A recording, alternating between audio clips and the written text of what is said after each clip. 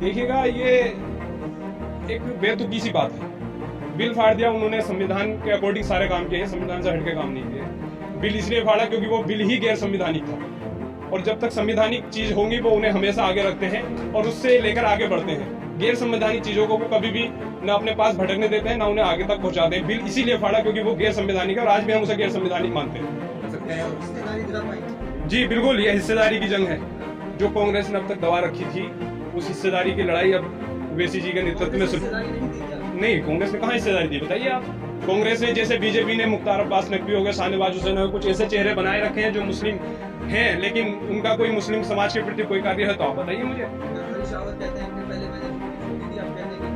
नहीं, आगे वो अपने हिंदुत्व में आगे, वो अंदर का जो उनका छुपा हुआ था वो सब बाहर है। अब आप देख सकते हैं, अब और कितना उजागर करना पड़ेगा इनको, इससे ज्यादा तो और कुछ हो नहीं सकता। एक मतलब गैर संवैधानिक बात करी हरीश रावत जी ने।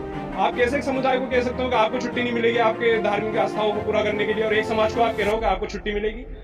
किस तरीके की बात कर रहे हैं? तो गैर संवैधानिक बात हो गई। जो लोग हैं वो यहीं से समझ सकते हैं कि उन्होंने एक ट्रम्प कार्ड खेला था जुमे की छुट्टी वाला, लेकिन उन्होंने देखा कि अभी कुछ नहीं रहा अपना, तो वो फिर अपने प्लेटफॉर्म पर आ गए। वो मैं आपसे बता ही रहा हूँ, ये जितनी भी सेकुलर पार्टी नाम से चल रही है, कांग्रेस हो, आम आदमी पार्टी हो, बसपा हो, सपा हो, ये लोग धीरे धीरे अपना चेहरा और चरित्र सामने ला रहे हैं। इनसे ज्यादा उम्मीद अब करी नहीं जा सकती। और केजरीवाल जी आगे कह गए हैं कि इसे जो है आध्यात्मिक राजधानी बनाएंगे हिंदुओं की, अयोध्या की। वो बिजली से घूम फिर के अब वो अपनी जगह पहुंच गए हैं। तो साफ नजर आता है कि केजरीवाल भी कहाँ हैं और कहाँ की बात कर रहे हैं। अब सोचना हम लोगों का है कि हमने अपना डिसाइड करना है कि हमारा मुस्तकबिल कहाँ है, हमारे जो मुद्दे हैं वो कहाँ हैं। उनके लिए अगर हमें लड़ना है तो उसके लिए सबसे बेस्ट जो है AIM। मैं इस वक्त उत्तराखंड की जसपुर विधानसभा में हूँ। जसपुर विधानसभा में पब्लिक से जानने की कोशिश करूँगा कि इस बार उत्तराखंड में किसकी सरकार बनना चाहिए। क्या दोबारा से बीजेपी की सरकार बनना चाहिए या सत्ता परिवर्तन होना चाहिए? यहाँ किस तरह का माहौल है, ये जानने की कोशिश करेंगे। क्या नाम हुआ आपका? शाने इलाही। शाने साहब, उत्तराखंड में बीजेपी ने कितना काम किया है? उत्तराखंड में बीजेपी ने जीरो, कोई काम नहीं किया। बीजेपी ने सिर्फ बेरोजगारी को आके और बढ़ाया है, और मतलब जितनी भी जन सुविधा है, स्वास्थ्य हो, शिक्षा हो, हर जगह जो है बदहाली है। डबल इंजन की सरकार है वो तो। डबल इंजन की सरकार सिर्फ नाम की और सोशल मीडिया पे या इलेक्ट्रॉनिक मीडिया पे है, बाकी जमीन पे वो कहीं भी डबल इंजन की सरकार दिखाई नहीं दी। 3 CM बदल दिए। अब कर भी क्या सकते हैं, उनके पास ना तो शिक्षा पे काम करने के लिए कोई मैनिफेस्टो है, ना स्वास्थ्य पे काम करने के लिए मैनिफेस्टो है, और ना ही रोजगार पे काम करने के लिए मैनिफेस्टो है। अब बस उन्होंने अपने आप को यहाँ जमाए रखना है। जो उनके अपने पार्टी के लोग हैं वो उन्हें मजा दे रहे हैं कि CM बदलो, आप पेंशन बनवाओ अपनी और मजे लेते रहो। आम जनता मरे जिए, कुछ भी उन्हें इस बात से मतलब नहीं है। अभी कोविड-19 2 साल से चला आ रहा है, उसमें इतनी बदहाली है कि जो गरीब रोजमर्रा के काम करने वाले लोग हैं उन्हें ना खाने को मिला है, ना पीने को मिला है, ना सरकार की तरफ से कोई सुविधा मुहैया हुई है। उन लोगों को जैसे तैसे करके वो यहाँ तक पहुंचे हैं, और जो नहीं पहुंच पाए वो दुनिया से चले गए। 3 CM बनाए, उसके बाद भी जो विकास हुआ यहाँ का बिल्कुल भी नहीं हुआ। तो तेरा बहुत विकास कर दिया है। कहाँ किया है? कुछ भी नहीं किया है, खाली कहने की कुछ भी नहीं हुआ। अभी सड़कें भी बदहाल है, जो पड़ा है NH-74, बताइए 3 साल से काम चल रहा है, 3 साल का काम भी नहीं था। तो तेरा सड़कों का जाल फैला दिया, कहीं भी नहीं फैलाया, कहाँ फैलाया बताइए। जसपुर की पब्लिक का क्या मूड है? जसपुर की पब्लिक का मूड ये है कि आपको जो भी आएगी नई पार्टी आएगी। नई पार्टी कौन सी? आम आदमी पार्टी आ रही है, ओवैसी की पार्टी करने आ रही है। ओवैसी की पार्टी को ज़्यादा उनका काम करने का अलग तरीका है, जो बोलते हैं वो करते हैं, तो हिंदू मुसलमान की राजनीति करती कुछ भी नहीं करते। ये फेक सोच है। बीजेपी कहती है, वो कांग्रेस पार्टी जो है कहती है, आम आदमी पार्टी कहती है, सपा आरोप लगाती है कि ये सिर्फ जो है धर्म की बातें करते हैं। बीजेपी ऐसा कोई सा नहीं है। हाँ, सारी पार्टियां धर्म की बातें करती हैं। बीजेपी हिंदू मुस्लिम करती है, वही ओवैसी करते हैं। वो भी ऐसा बिल्कुल नहीं करती। हाँ, आपको लगता है ओवैसी ऐसा करते हैं? नहीं, बिल्कुल ऐसा नहीं करते। सिर्फ कांग्रेस अपना मुस्लिम बोर्ड और बीजेपी अपना हिंदू बोर्ड जनाधार बनाए रखने के लिए ओवैसी साहब को जो है बदनाम करने के लिए मुहिम चला रखी है, एक सोच बना दी है। जबकि असदुद्दीन ओवैसी साहब और मीम पार्टी हकीकत में जनता के हित में काम करने वाली पार्टी है, और वो जनता के हित में जो उनके मुद्दे हैं वो उठाने वाली पार्टी है। वो कभी हिंदू मुस्लिम नहीं करती। तो आरोप लग रहा है कि जो है सब प्रदेशों में फायदा पहुंचाने बीजेपी को आ रही है, इस प्रदेश में बीजेपी को फायदा पहुंचाने आ रही है। नहीं, बीजेपी को फायदा पहुंचाने के लिए कांग्रेस है। कांग्रेस ने पिछली बार जो है 70 सीटों पर चुनाव लड़ा, जबकि AIMIM यहाँ पर चुनाव नहीं लड़ी। वो कुल 11 सीटों पर समेट के रह गए। फिर किसे बीजेपी ने फायदा पहुंचाया? ये सिर्फ एक मानसिकता बनाने की रणनीति है बीजेपी और कांग्रेस की। वो चाहते ही नहीं है कि कोई ऐसी पार्टी आए जो आम जन के लोगों का जो मुद्दा है वो उठा सके, उनको सुविधा पहुंचा सके, स्वास्थ्य शिक्षा, उनके बच्चे तरक्की कर सके। वो ऐसे लोगों को बदनाम करके उन्हें पीछा करने की कोशिश करते हैं, पीछे करते हैं। जसपुर की जो है पब्लिक का कितना जो विकास हुआ इन 5 साल में? कोई विकास नहीं है, कोई विकास। दावे तो बहुत कर रही है बीजेपी, बड़े-बड़े होर्डिंग्स से लगे। दावे तो सभी करते हैं, लेकिन विकास के नाम पे कुछ नहीं। अब तो लोगों ने नाम भी रखना छोड़ दिया विकास, हाँ, क्यों? इसी वजह से कि विकास है ही नहीं कहीं भी। हाँ, आप सड़कें देख लो जाकर, आप कॉलेजेस देख लो, कहीं भी देख लो आप जाकर, कोई सुविधा किसी के लिए नहीं है। ना स्टूडेंट के लिए है और ना ही अस्पतालों में मरीजों के लिए कोई सुविधा है, कुछ नहीं है। सिर्फ एक सरकार है। डबल इंजन क्या, सिंगल भी नहीं रहा अब तो इनके पास। डबल की छोड़ो, सिंगल भी नहीं है। ये कुछ नहीं करते। जसपुर का युवा सोचता है कि बस इस बार बदलाव आएगा और बहुत अच्छे तरीके से बदलाव आएगा और काम करने वाले ही लोग आएंगे आगे। कौन सी पार्टी? जैसे कि MIM सबसे आगे यही है जसपुर में। AIMIM तो 22 सीटों पर तो 22 सीटों पे लड़ रही है तो वो ठीक है, लेकिन उनका काम करने का इसी तरह से वो आगे बढ़ेंगे। आज 22 है, कल 2200 भी होंगी, तो इसी तरह से पूरे देश में फैलती चली जाएगी। फायदा पहुंच सकते हैं। नहीं, बीजेपी को फायदा नहीं। कांग्रेस और बीजेपी ये एक सिक्के के 2 पहलू हैं। ये बात समझने की चाहिए सभी को। उत्तराखंड का तो मुसलमान वोट देता आ रहा है। मजबूरी है, वो बीजेपी को पसंद नहीं करते तो वो कांग्रेस को देते हैं। जब कोई ऐसा तो शख्स आएगा बीच में तो उसको देंगे, वो आम आदमी काम पार्टी करने आएगी, वाले लोग आएंगे। विकास पे आम आदमी पार्टी आ रही है। आम आदमी पार्टी कह रही है आम- बिजली फ्री करेंगे। हाँ, तो ये सब ये इनके ये हकीकत में बी टीम जो है ना, वो आम आदमी पार्टी है।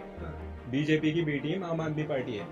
बाकी जो मजलूमों की आवाज है वो है AIMIM, क्या असदुद्दीन ओवैसी साहब। ओवैसी पे तो कहा जाता है कि वो जो है सिर्फ मुसलमानों की बात नहीं, ऐसा करते हैं, कुछ नहीं किसी की है। बात नहीं, ऐसा कुछ नहीं। आप जाके देख सकते हो, काफी सारे वहाँ पर जो है ज्यादातर फॉलोइंग गैर मुस्लिमों की है और अच्छी तादाद में जुड़ रहे हैं पार्टी से लोग। गैर मुस्लिम संगठन भी उनके साथ हैं।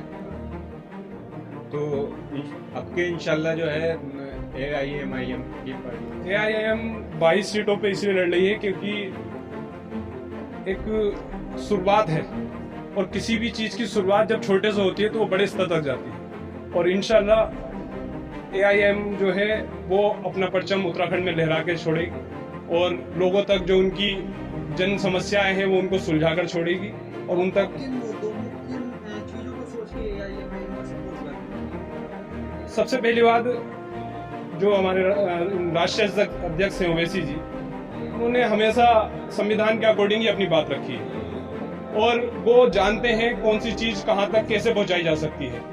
और उनकी जो भाषा है और उनका जो पार्टी का करने का एक रणनीति है वो बिल्कुल साफ है, स्पष्ट है। उसमें कहीं भी कोई दगाबाजी, धोखा नहीं है। वो खुले मन से लोगों से बात करते हैं और कहते हैं कि अगर हाँ आप तक आपका हक पहुंचना है तो आप हमारे साथ आइए और AIMIM को आगे बढ़ाइए, तभी आपका हक आप तक पहुंच सकता है। तो हमें भरोसा भी है और उम्मीद भी है कि ओवैसी साहब के नेतृत्व में हम उत्तराखंड का चुनाव लड़ेंगे। अब संविधान की बात कर रहे हैं, कहा जाता है कि वो जो है संसद में बिल पास करने को कोई कार्रवाई नहीं होती है। समाजवादी पार्टी के नेता आजम खान ने उनको जो यूनिवर्सिटी बनाने के लिए पूरा किया जाता है। देखिएगा, ये एक बेतुकी सी बात है।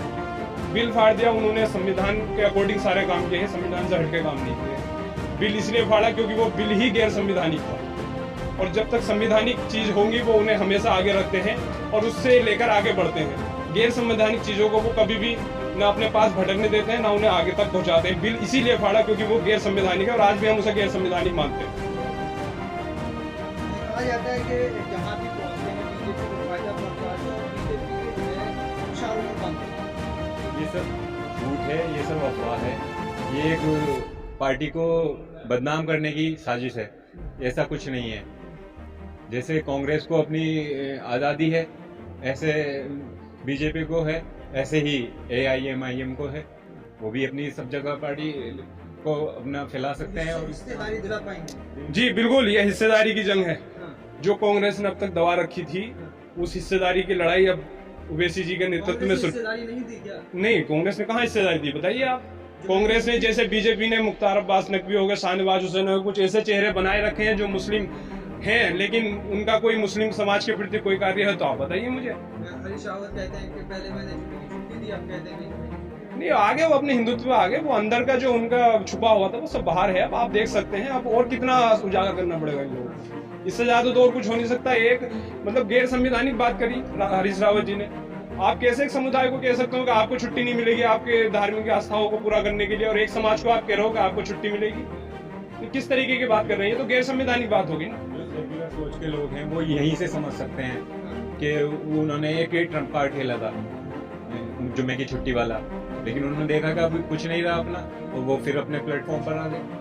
तो यहीं से पता चलता है कि उनकी रणनीति क्या है और उनके जहन में क्या चल रहा है। कांग्रेस मुसलमान का वोट लेती है। अभी जो है चुनाव के लिए कांग्रेस जब जा रही है तो उसमें जो है जो भी अभी नए मेंबर बने हैं चुनाव प्रचार समिति या जो है प्रदेश सचिव, उन बड़े पदों पर एक भी जो है मुसलमान नहीं, उस पर आप क्या सोचते हैं? नहीं, अब कांग्रेस भी जान गई है कि बीजेपी ने जो उसका एजेंडा था वो पूरे भारतवर्ष में लोगों की मानसिकता बदलने में कामयाब हो गई है।